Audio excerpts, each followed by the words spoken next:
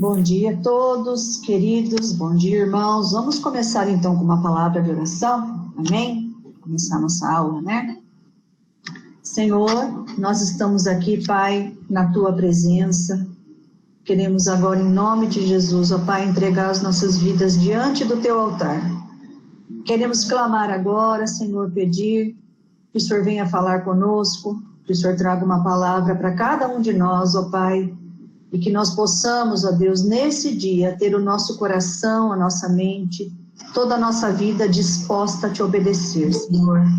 Pai, nós sabemos que o Senhor está no controle de todas as coisas e sabemos, ó Pai, que o Senhor tem cuidado de nós, ó Pai. Em meio a tudo que está acontecendo no mundo, o Senhor não descuida dos Teus filhos, Senhor. Muito obrigado por isso, ó Deus. As Suas misericórdias, elas se renovaram, Senhor, nessa manhã sobre nós. E nós temos a plena certeza, Senhor, de que o Teu Santo Espírito está nos conduzindo e está nos levando para onde o Senhor quer que a gente vá, Pai. Que nós possamos estar sensíveis hoje à Tua palavra, Senhor. E que em nome de Jesus feche os nossos ouvidos para que nós não ouçamos, ó Pai, nada que não venha de Ti. Nós queremos ouvir somente a Tua voz como ovelhas Tuas que somos, Pai. Em nome, para a glória de Jesus, nós oramos e nós Te agradecemos, Pai. Amém, Senhor. Amém.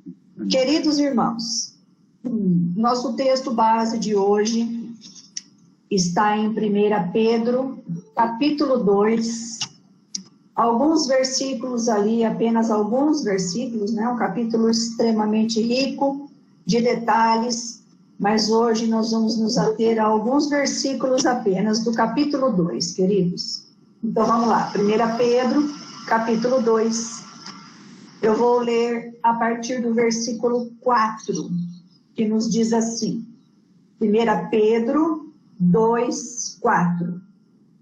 Chegando-vos para ele, está falando de Jesus, né? A pedra que vive, rejeitada sim pelos homens, mas para com Deus eleita e preciosa. Também vós mesmos, como pedras que vivem, sois edificados casa espiritual, para serdes sacerdócio santo, a fim de oferecerdes sacrifícios espirituais agradáveis a Deus, por intermédio de Jesus Cristo. Pois isso está na Escritura, eis que ponho em Sião uma pedra angular eleita e preciosa, e quem nela crer não será de modo algum envergonhado. Eu li dos versículos 4 ao 6. Queridos, vamos nos ater um pouquinho aqui sobre pedra angular. A Bíblia está nos dizendo, através aí do apóstolo Pedro, que Jesus é a pedra angular. O que é pedra angular? Antigamente as construções eram feitas de pedra, mas não é a pedra que nós imaginamos hoje, né? A pedra que eles colocavam nas construções dos edifícios era do tamanho, pelo menos, de uma mesa, a menor delas, né? Seria assim. O que é a pedra angular? É a pedra fundamental que era utilizada, ela era assentada numa esquina do edifício e formava um ângulo reto, né? Com as paredes daquele edifício, e a partir dali você subia então o edifício e as paredes. Essa pedra era a pedra de sustentação. Era a partir dela que eram colocadas todas as outras para que elas ficassem alinhadas, ok? Ficassem alinhadas, perfeitamente encaixadas umas nas outras e não ficassem tortas, e para que não tivesse possibilidade de desabar aquela casa. A pedra angular hoje, queridos, nós poderíamos, nos tempos de hoje, dizer que seria o fundamento de uma construção, o alicerce da construção. E também seria a pilastra de concreto que nós temos nas paredes para sustentar as casas, né? Então, essa é a pedra angular. É a base sólida que a casa necessita para que ela consiga chegar à altura que está programada sem despencar. A Bíblia está dizendo que Jesus é a pedra angular. Do quê? De tudo, do reino de Deus. Tá? Ou seja, de todos nós, da igreja. É interessante a gente observar isso, porque Jesus, ele é a pedra viva. Ou seja, comparando aí com o templo de Jerusalém, né? O que Pedro está dizendo? Que aquele templo de Jerusalém não serve para mais nada. Que agora Jesus é a pedra angular desse templo. E o templo em si, as pedras desse templo, onde elas estão todas em cima, assentadas sobre a pedra angular, essas pedras, então, somos nós, tá? Cada um de nós formando o quê? Formando o templo, a igreja de Jesus Cristo. Por isso que ele tem que ser o fundamento, ele tem que ser a pedra angular, né? Então, toda a construção, toda a igreja está assentada sobre ele. Se a igreja não estiver firmada na pedra angular, que é Jesus, ela não se sustenta, ou seja, ela desaba, ela não fica reta, ela fica torta. Se a igreja não estiver sustentada em Jesus na pedra angular, ela não cumpre o propósito para o qual ela foi chamada. Então, a gente tem que prestar muita atenção. Eu não estou falando aqui de igreja paredes, estou falando de igreja pessoas, né? Formadas por todos nós ao redor do mundo, salvos em Jesus Cristo. E nós temos que ter o discernimento, queridos irmãos, de que tem muita igreja por aí, e eu não estou falando de paredes, eu estou falando de grupos, né? Que não estão o quê? Assentados no alicerce que é Jesus Cristo, mas estão sobre o quê? Estão sobre o alicerce humano, que na verdade desaba, é terreno arenoso, não dá sustentação. Então o que acontece? Não consegue se manter e acaba caindo em apostasia.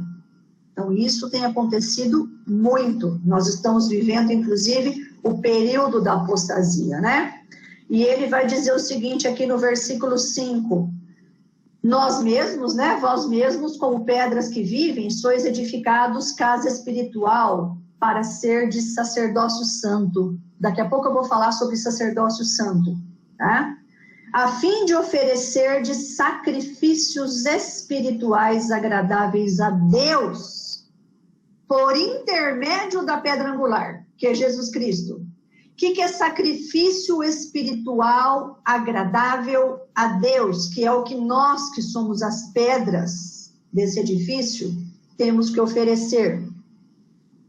É oferecer a nossa vida como sacrifício vivo, tá? Diante de Deus, através do quê? Através da nossa santificação. Nós estamos tratando desse tema já há algumas semanas. Através do oferecimento de nós mesmos por inteiro. Senhor, eis-me aqui, eu estou me despojando de mim mesmo e me entregando nas tuas mãos. Isso implica entregar o nosso corpo a Deus, a nossa mente, nosso coração, nossas vontades, nossos sentimentos. Isso implica entregar a Deus o nosso louvor e a nossa adoração diárias. Isso significa o quê, queridos? Não a murmuração, e sim a adoração a Deus, né? Senhor, eu te louvo, eu te adoro por aquilo que tu és, eu te agradeço pela minha vida e tudo isso que tem me acontecido, eu coloco diante da tua presença, mas eu te agradeço porque o Senhor está no controle. Adoração, louvor, né? Reconhecer Deus como Senhor absoluto da minha vida. Isso é muito sério, né, irmãos? Porque no dia a dia, Deus, a gente coloca Ele como Senhor, mas não é bem um Senhor absoluto. Então, o que acontece? Nós tomamos as rédeas da nossa vida e a gente faz como a gente quer. Essa é a verdade, né? Sendo que nós não temos nenhum controle sobre a nossa vida.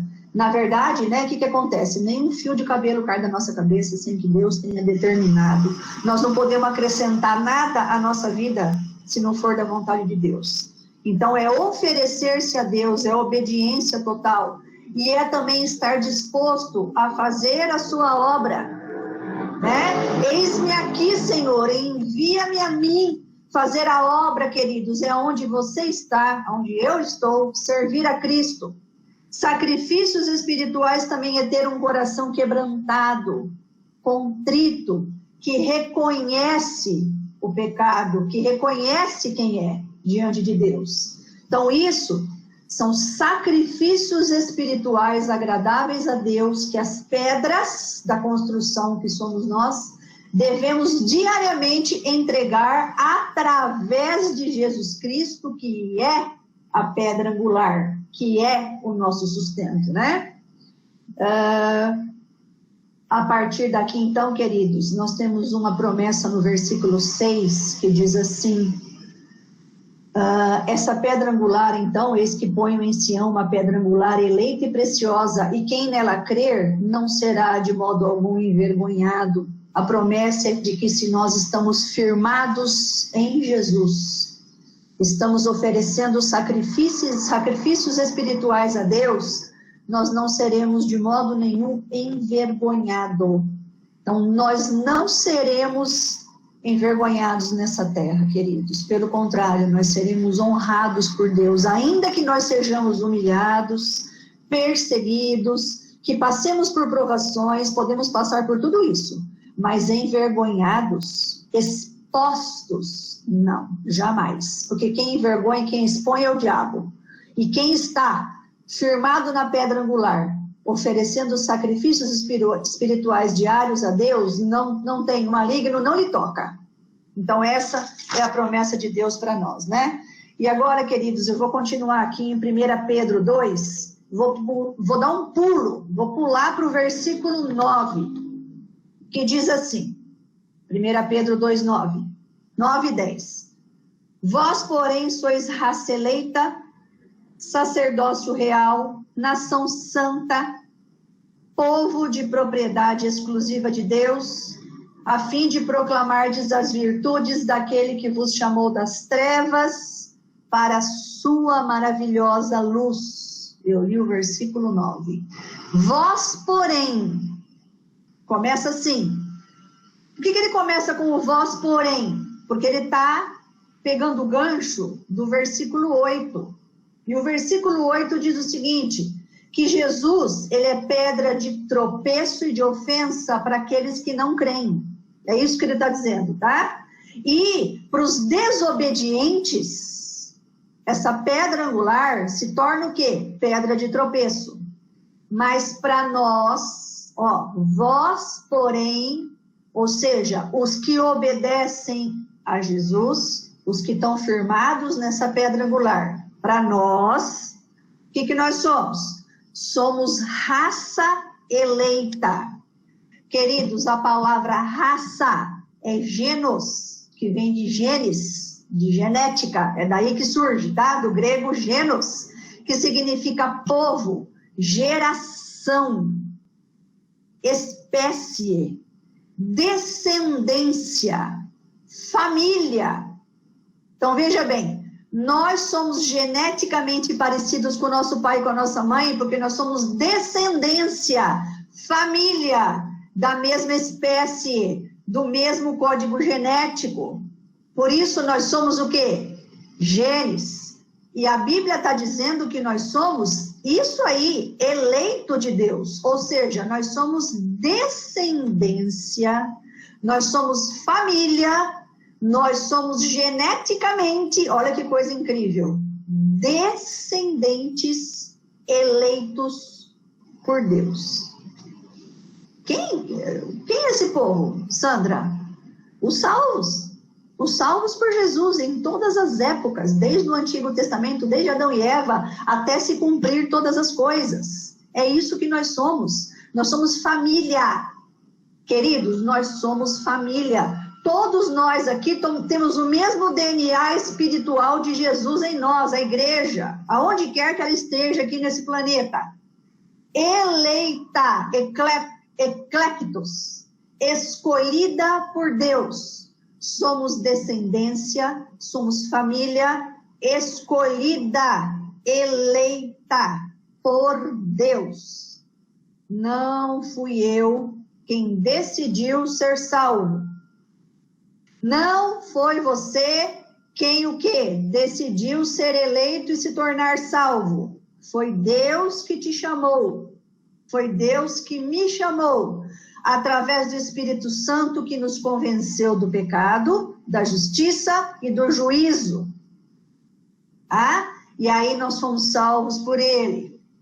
Os cristãos, então, queridos, os salvos em Jesus, são vistos como formando uma nova geração. Nós somos uma nova geração, queridos, uma nova raça, uma nova descendência sobre a terra, que não é composta nem de judeu e nem de gentio, mas é composta pelos salvos filhos de Deus.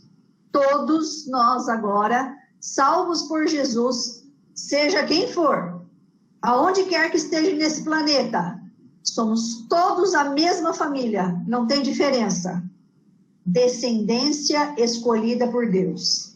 E esse povo, queridos, assume, a partir de então, os privilégios e as promessas de Deus que foram dadas aos judeus no Antigo Testamento. No Antigo Testamento, queridos, Deus chamou Israel através lá de Gênesis 12, através de Abraão, que diz assim nos versículos de 1 a 3. Ora, disse o Senhor a Abraão, sai da tua terra, da tua parentela e da casa de teu pai, e vai para a terra que te mostrarei. De ti farei uma grande nação, que é a nação de Israel, ok? E te abençoarei, e te engrandecerei o nome, se tu uma bênção. Abençoarei os que te abençoarem, e amaldiçoarei os que te amaldiçoarem, e em ti serão benditas todas as famílias da terra. O que a gente vê aqui, queridos, é o seguinte, Deus chama Abraão, e através de Abraão ele suscita a ele uma descendência. Através dessa descendência de Abraão surge Israel. E Israel tem uma incumbência sobre a terra, queridos. Eles tinham que ser sacerdotes do Senhor. Sabe o que é isso? Eles tinham, na verdade, que atrair os povos para Deus. Eles tinham que, na verdade, ser o quê? Serem um mediador. Aqueles que levariam a palavra a todas as nações, e as nações seriam atraídas para Deus através de Israel. Israel foi colocada como nação para isso, para atrair os povos para Deus. Mas Israel fez o quê? A maior parte do tempo, se não o tempo todo, vamos dizer assim. Em vez de Israel atrair as nações para Deus como sacerdotes do Senhor, eles fizeram o contrário. Eles foram atraídos para as nações e se tornaram idólatras. E se tornaram o quê? Se tornaram perante Deus adúlteros. Adúlteros no sentido de que eles tomaram outros deuses para si. Eles abandonaram ao Senhor. Eles se prostituíram. Oséias diz isso claramente, tá? Com outros deuses. Então ele não cumpriu o que Deus tinha proposto para eles. Lá em Êxodo capítulo 19, Êxodo 19, dos versículos de 1 a 6, diz assim, no terceiro mês da saída dos filhos de Israel da terra do Egito, quando eles foram libertos, 3 meses já tinham se passado. No primeiro dia desse mês vieram ao deserto do Sinai, com Moisés, queridos? Tendo partido de Refidim, vieram ao deserto de Sinai, no qual se acamparam ali. Pois se acampou Israel em frente do monte. Subiu Moisés a Deus, e do monte o Senhor o chamou e lhe disse, assim falarás à casa de Jacó e anunciarás aos filhos de Israel. Tendes visto o que fiz aos egípcios, como vos levei sobre asas de águia, e vos cheguei a mim. Agora, pois, se diligentemente ouvirdes a minha voz e guardares a minha aliança, olha aqui a aliança de Deus com Israel, a aliança mosaica, Então sereis a minha propriedade peculiar dentre todos os povos, porque toda a terra é minha, vós me sereis reino de sacerdotes. Olha aqui, vocês estão vendo a promessa? Nação santa. São estas as palavras que falarás aos filhos de Israel. Então, queridos, Israel tinha essa incumbência de ser propriedade exclusiva, nação santa. E o que vai acontecer? Quando Deus faz essa promessa para Abraão lá atrás, que Israel cumpriria isso, na verdade Deus, soberano sobre todas as coisas, já tinha colocado o quê? dentro da promessa que ele fez a Abraão: em ti serão benditas todas as nações da terra. Ou seja, já estava ali a promessa da vinda do Messias e de que essa incumbência que foi dada a Israel passaria então para a igreja.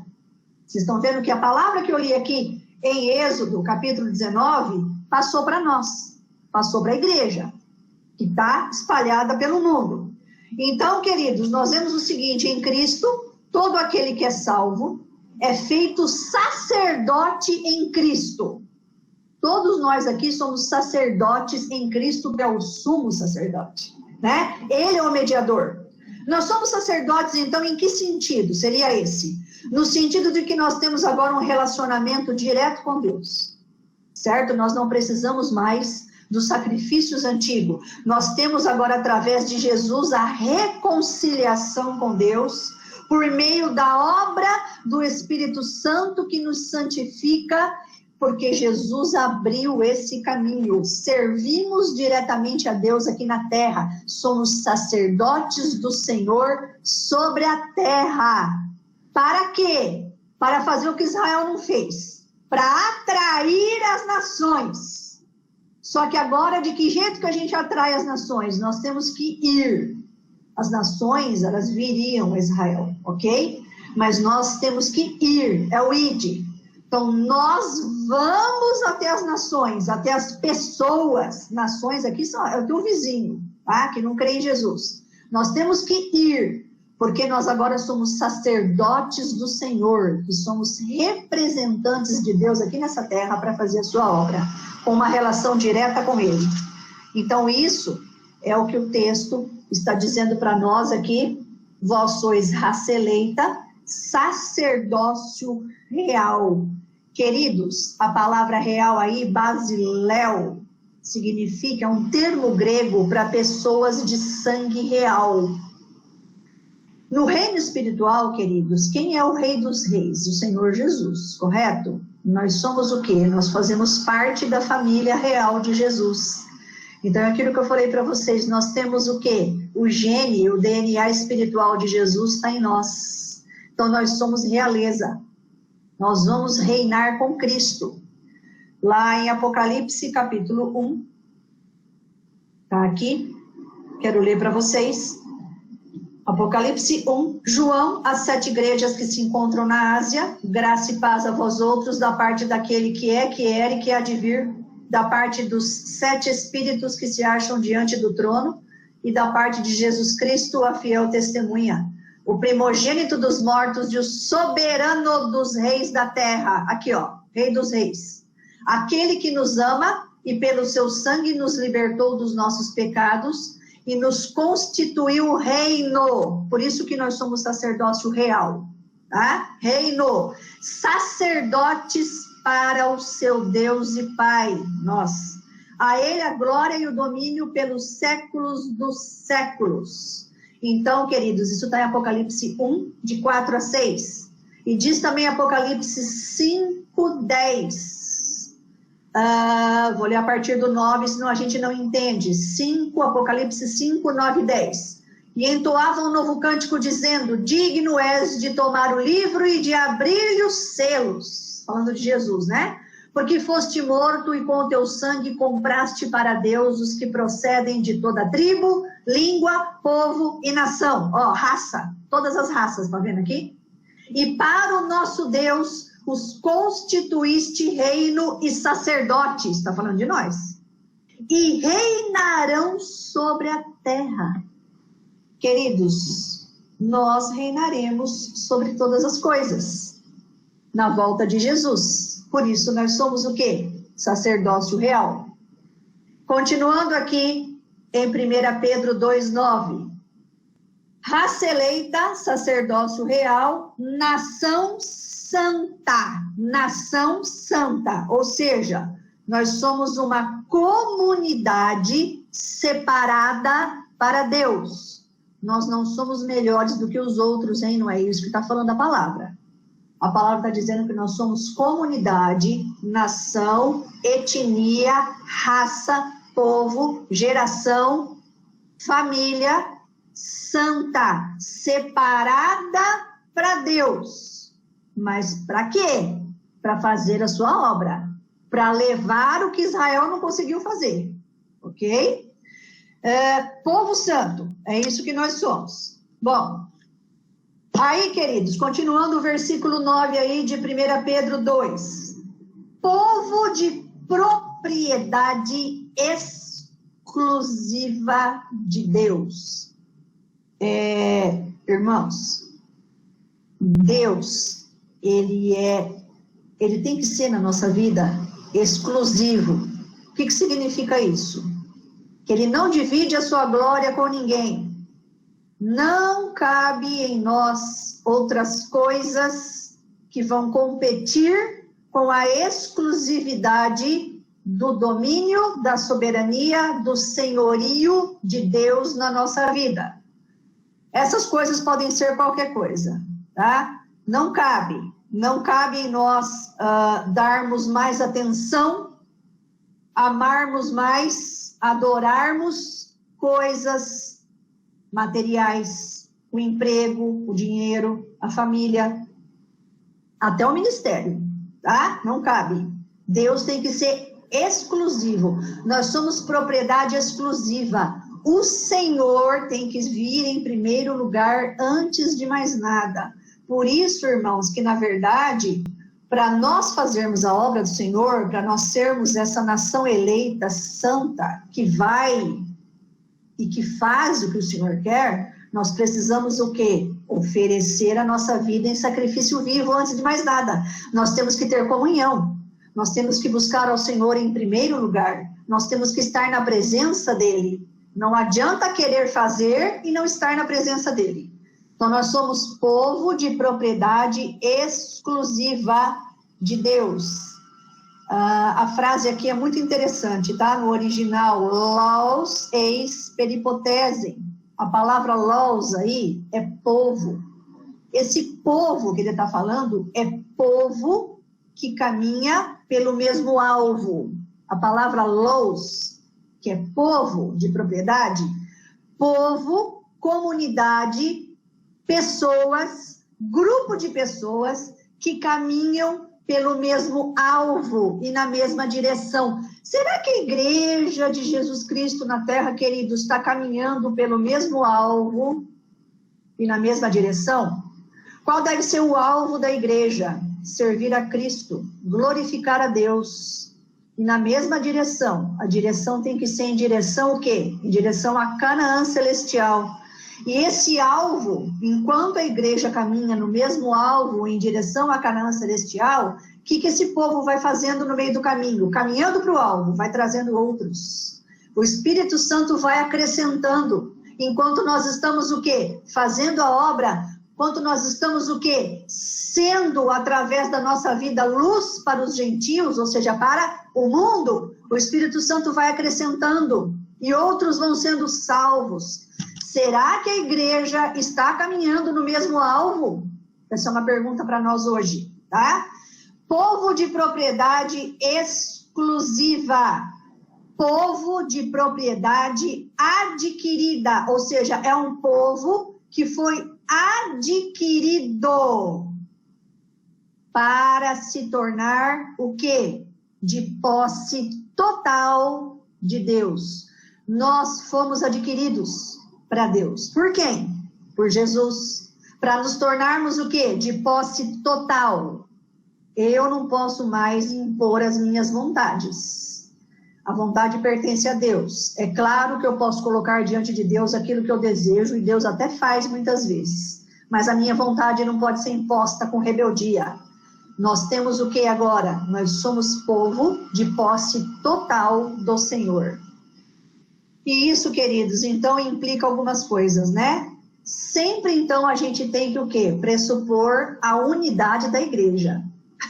A igreja tem que ter unidade, mesmo alvo e caminhando na mesma direção. Somos uma geração, um povo, uma comunidade de sacerdotes fazendo o quê? A vontade de Deus na terra, com acesso direto a Ele. Somos reino de Deus, representamos aqui o reino de Deus para o mundo. O mundo tem que enxergar em nós o reino de Deus. E o povo tem uma missão peculiar no meio disso tudo. E agora sim, né? Vamos continuar aqui. 1 Pedro 2,9, finalzinho ali do texto, do meio para o fim. A fim de proclamardes as virtudes daquele que vos chamou das trevas para a sua maravilhosa luz.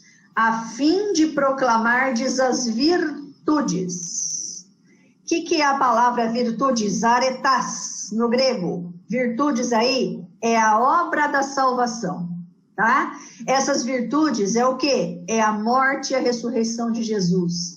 Essa virtude é o que Jesus já fez pela humanidade. Então, é a excelência da obra de Cristo. Nós estamos, então, nós somos raça eleita, sacerdócio real, nação santa, povo de propriedade exclusiva de Deus, para proclamar a excelência da obra daquele, que é Jesus, que nos chamou das trevas, tá? Que nos chamou do pecado, que nos chamou da escravidão do pecado, que nos chamou, ou seja, nos salvou do poder de Satanás, que nos chamou da impiedade, para onde? Para a sua maravilhosa luz, ou seja, para o lugar de retidão, é onde nós estamos, para o lugar de luz, fonte de luz, que é Jesus, para o lugar de iluminação, de manifestação da vida de Deus. É para isso que nós somos chamados. Eu vou ler um texto aqui, Colossenses 1, a partir do versículo 12, diz assim: dando graças ao Pai que vos fez idôneos à parte que vos cabe da herança dos santos na luz. Olha a nossa herança aqui. Vou continuar aqui o texto de de Colossenses, deixa eu ver aqui, Colossenses 1, eu vou agora para o versículo 13 e 14. Ele nos libertou do império das trevas e nos transportou para o reino do Filho do seu amor, no qual temos a redenção, a remissão dos pecados. Então, queridos, o que as pessoas têm que enxergar em nós? Que nós fomos libertos, transportados do reino das trevas para o reino de Jesus, que é o reino da luz, da santidade, da retidão. E as pessoas precisam enxergar isso em nós e desejar a mesma coisa. Elas precisam querer, que o Espírito Santo vai mostrar para elas, saírem das trevas e ir para Jesus. Por isso que eu falo, a igreja está caminhando na mesma direção, e ela está cumprindo o mesmo alvo. Nós estamos marchando nesse sentido aqui na Terra? Ou será que cada um está por si só aqui e parece que o povo de Deus está meio, desnorteado? Está na hora de nós o quê? Nos unirmos. Todos numa mesma direção. Versículo 10 agora de 1 Pedro 2:10. Vós sim que antes não erais povo, mas agora sois povo de Deus. Esse versículo, queridos, ele é muito interessante, porque ele vai o quê? O que Pedro está fazendo? Pedro está fazendo, na verdade, aí ele está trazendo um texto que está em Oséias, tá? Quando ele fala assim, antes vocês não eram povo, e agora é povo. Ele está citando, olha que interessante, ele está citando Oséias, eu vou ler aqui alguns versículos do capítulo 1, tá? Oséias, então, profeta do Senhor, que Deus manda ele casar com Gomer, que era uma prostituta. Por quê? Porque Israel estava se prostituindo, lembra que eu falei isso no começo? Com outros deuses. E ele manda, então, Oséias, o profeta dele, se casar com Gomer e ter filhos com essa mulher, porque ele vai ensinar uma lição para Israel através do profeta Oséias. E o capítulo 1 diz assim: quando pela primeira vez falou o Senhor por intermédio de Oséias, então o Senhor lhe disse: vai, toma uma mulher de prostituições e terás filhos de prostituição. Porque a terra se prostituiu, desviando-se do Senhor. Foi-se, pois, e tomou a Gomer, filha de Diblaim, e ela concebeu. Ela teve 3 filhos com ele, tá, queridos? Com Oséias aqui. E ela concebeu e lhe deu um filho. Disse-lhe o Senhor: põe-lhe o nome de Jezreel, porque daqui a pouco castigarei pelo sangue de Jezreel a casa de Jeú, e farei cessar o reino da casa de Israel. Naquele dia quebrarei o arco de Israel no vale de Jezreel. Isso aqui é uma palavra profética, não tem a ver com o texto que nós estamos vendo hoje, os outros versículos que tem, mas só para vocês entenderem que Jezreel é o vale do Armagedon, é onde vai acontecer a guerra final, tá? Então ele manda que o primeiro filho de Oséias chama-se Jezreel, porque ali será derramado o quê? Sangue sobre Israel, na volta de Jesus. Mas olha o que continua dizendo o texto. Tornou ela a conceber, ao segundo filho, e deu à luz a uma filha. E disse o Senhor a Oséias: põe-lhe o nome de desfavorecida. Essa palavra, queridos, desfavorecida, que aparece no texto aí, ela vai aparecer aí em 1 Pedro 2, versículo 10. Olha lá o final do versículo 10. Que não tinhais alcançado misericórdia. Desfavorecida significa aquela que não alcançou misericórdia, tá? No hebraico é lo ruamá, aquela que não alcançou misericórdia, lo ruamá. Aí ele vai continuar dizendo aqui,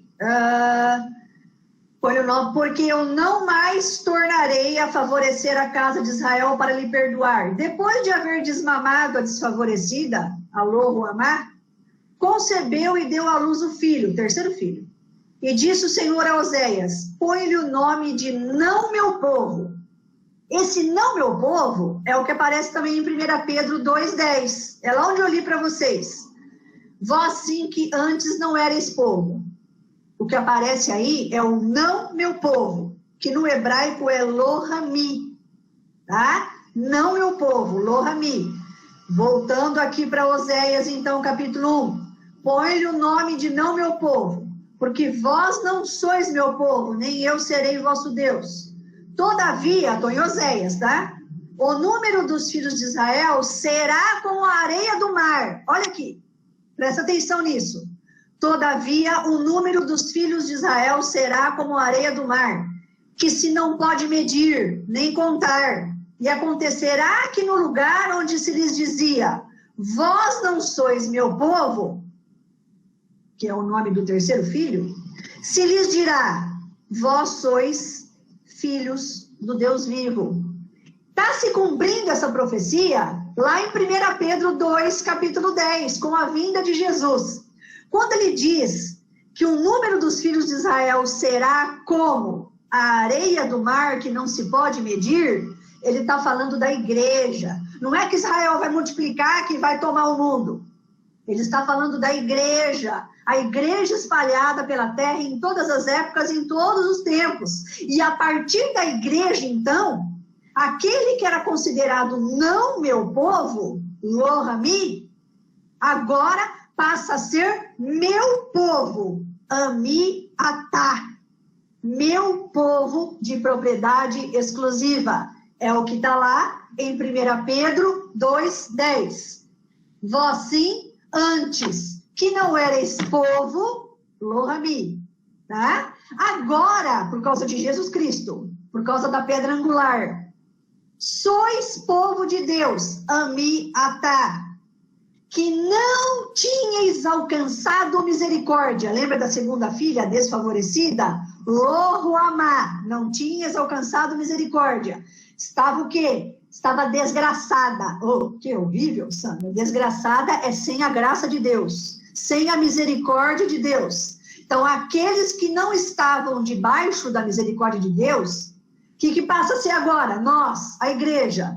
Mas agora alcançastes a graça, a misericórdia. Nós, então, passamos a ser o quê? Ruamá, porque a palavra lo é não. Então, nós passamos a ser aquele que recebe misericórdia. Ou seja, Deus estendeu a sua mão na nossa miséria.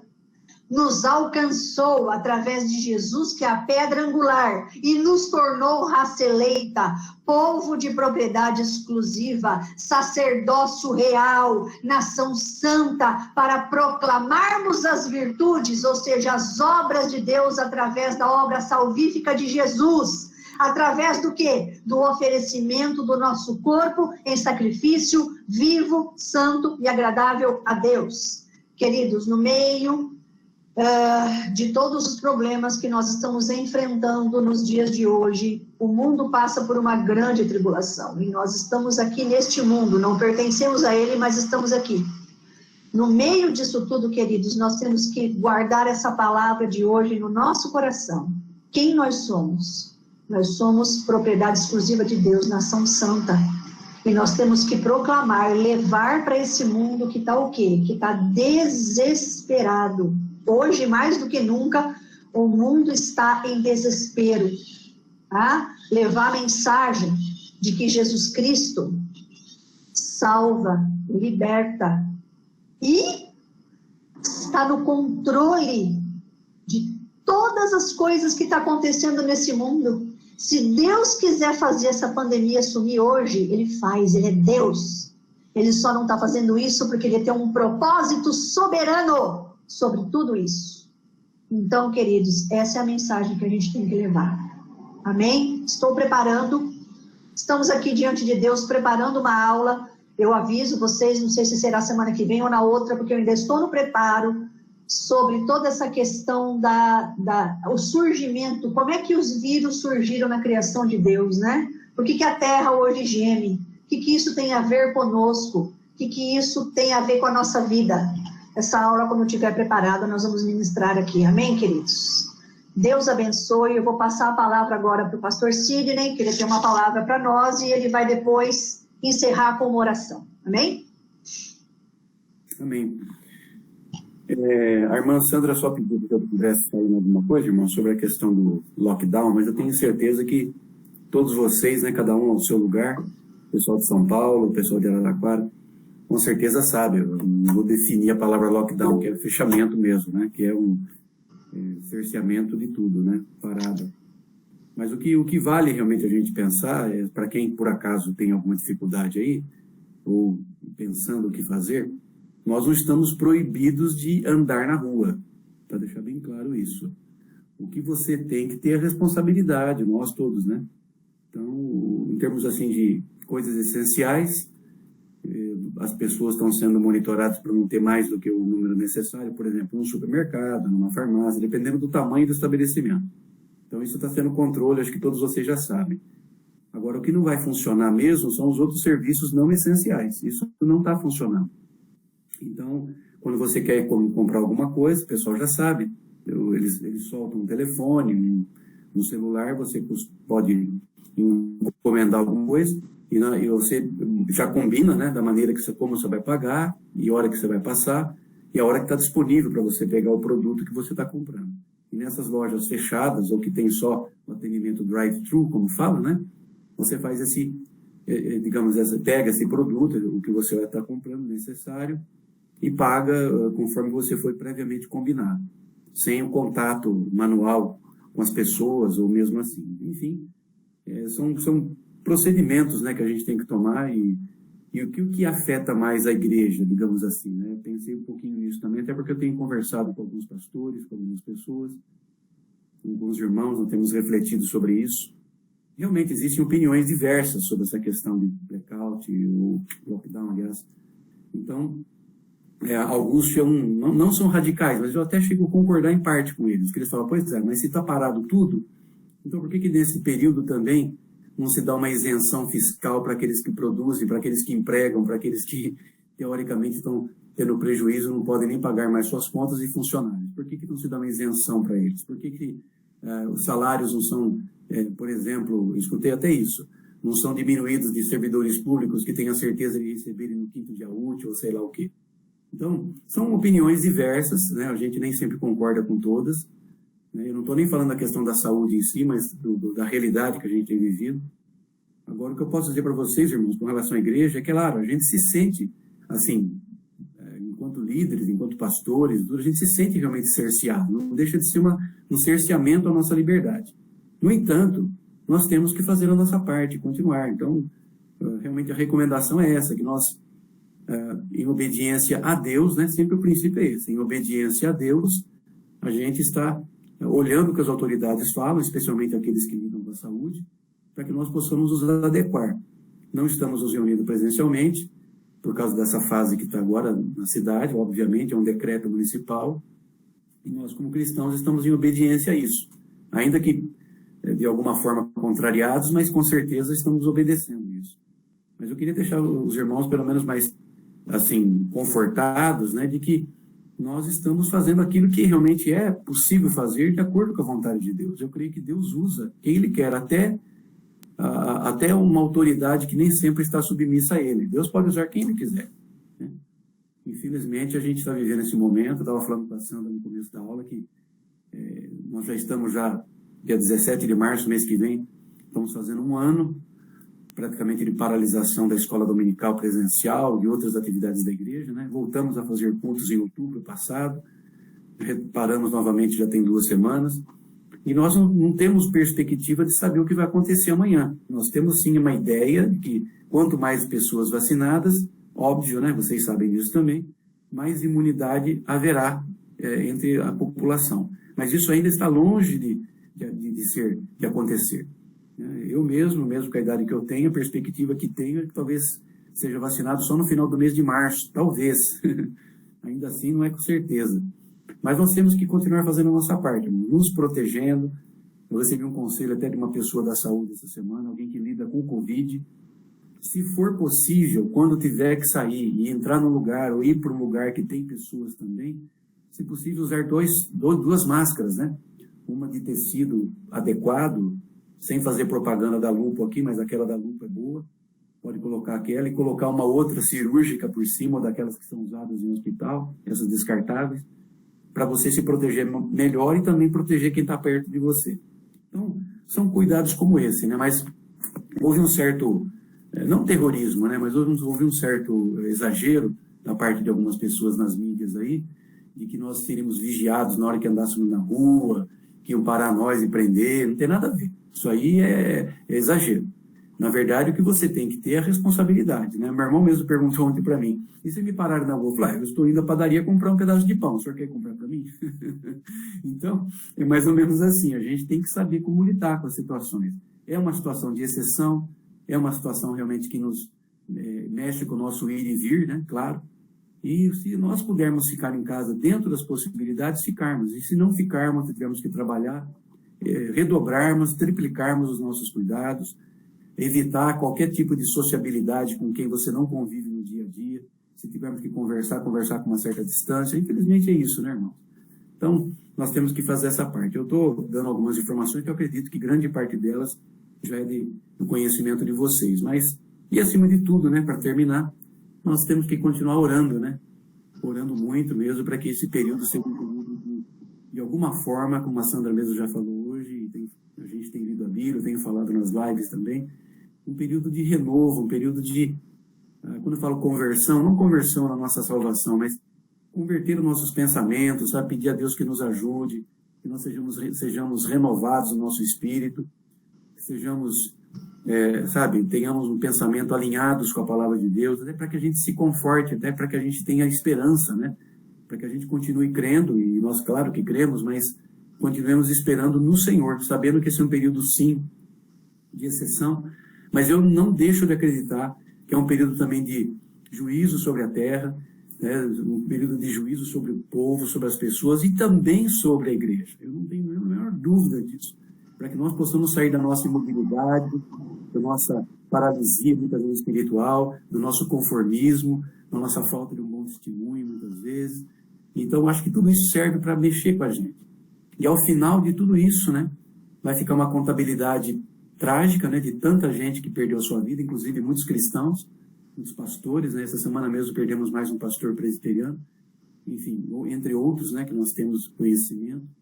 Então, nós temos que realmente continuar servindo ao Senhor com a nossa vida, como a Sandra mesmo falou, usando das mídias aí, usando dos recursos tecnológicos para transmitir a palavra de Deus, testemunhar. testemunhar, falar daquilo que realmente deve ser falado, né? Confortar as pessoas, ouvi-las, se possível, claro, ouvi-las para que elas também possam desabafar, falar. Com certeza tem muita gente que, nesse período pós-pandemia, vai precisar realmente, a gente ia brincar, né, de uma terapia, mas vai precisar de uma terapia de oração mesmo, de renovo mesmo, porque é um sofrimento emocional fortíssimo, né? Isso está afetando muita gente, né? Deprimindo as pessoas e tudo. Então, que vocês continuem firmes aí, buscando o Senhor. São pequenas receitas, são simples, né, gente? Que a gente sempre ouviu na vida. Coloque louvores a Deus na sua mente, no seu coração, na sua casa, no seu carro, onde você estiver, né? Procure pensar nas coisas lá do alto, como diz a Bíblia, né? E que nós possamos, enquanto estivermos aqui nessa terra, ajudarmos as pessoas naquilo que realmente Deus permitir e colocar recursos em nossas mãos. Tá bom? Deixar um abraço para vocês e vamos orar, né, queridos? Vamos falar com Deus. Pai, te agradecemos, te louvamos.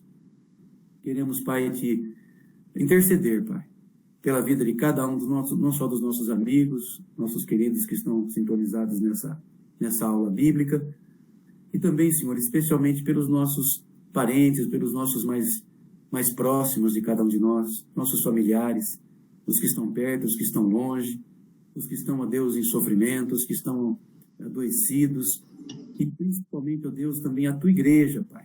Quando pensamos em igreja, pensamos ali nos rostinhos, ó Deus, dos irmãos, dos pais, dos maridos, das mães, das esposas, dos meninos, das meninas, né? Pensamos em toda a comunidade, Senhor. Que tu continues restaurando cada um, que tu continues motivando, abençoando, que nós não possamos, Senhor, em nome de Jesus, perder o nosso foco, porque somos essa raça eleita, somos esse povo que o Senhor chamado de propriedade exclusiva do Senhor. É um privilégio tremendo que temos. Nós sabemos que quem nos conquistou isso para nós foi Jesus na cruz, através do seu sacrifício, do seu ato redentor, por cada um de nós.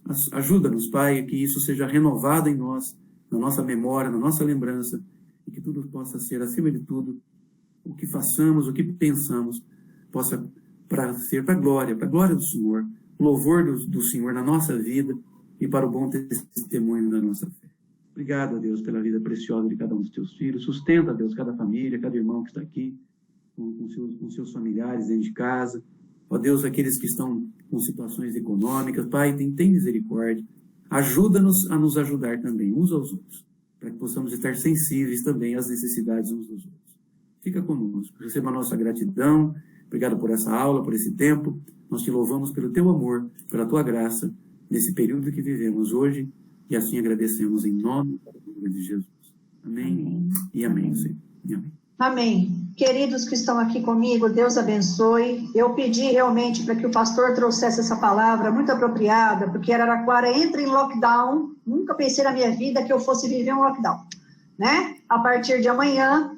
E para os irmãos que estão aí, meus irmãos de São Paulo, eu sei que São Paulo está na fase amarela, mas eu acredito que possivelmente caminhe para uma fase vermelha ou lockdown, né? Então, acho que essa palavra é para todos nós. E outra coisa, mesmo estando na fase amarela, é aquilo que o pastor falou, a gente tem que ter, fazer a nossa parte e deixar que Deus faça aquilo que não cabe a nós. Amém, queridos? Boa semana, Deus abençoe em nome de Jesus. Obrigada, pastor. Tchau, tchau, gente.